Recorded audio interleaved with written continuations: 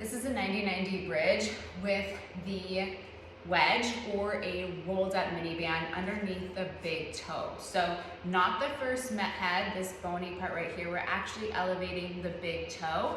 And what that is gonna do is kind of allow this first met head to make contact with the wall. So if you're someone who, whenever you kind of do a lunge or something happens and you kind of lose this big toe contact or this first met head contact, this can be super helpful for just body awareness and feeling and sensing the hamstrings. If you have like a bunion and this is kind of turned in and you're losing that contact here, let's think about kind of elevating that big toe and see what happens. So I'm setting up in that 90-90 position with my wedge going underneath the big toe. So not the first met head, that big toe is elevated. Lower a little bit. So setting up in that 90-90 position, and I'm gonna think about coming up onto the ball of my foot on inhale, and then dragging down on exhale with the whole foot.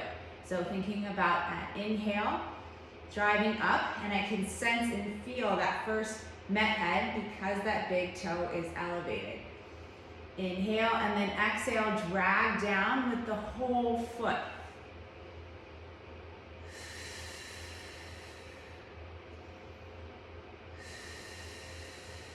This can be helpful if you feel like you roll to the outsides of the feet when you do some type of 90-90 or glute bridge against the wall or just any time in general.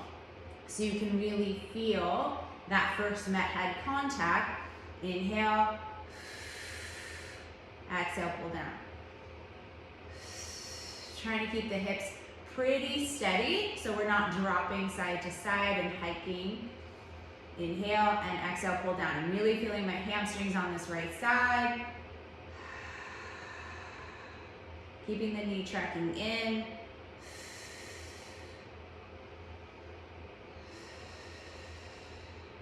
Nice long exhales.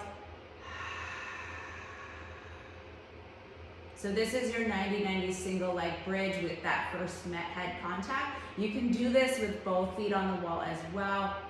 You just need 2 wedges and or 2 mini bands and may need help setting that up. And you'll want to do the same thing on the other side. So I'm just elevating that big toe so that I can maintain that first met head contact as I inhale up into the bridge and then exhale, pull down.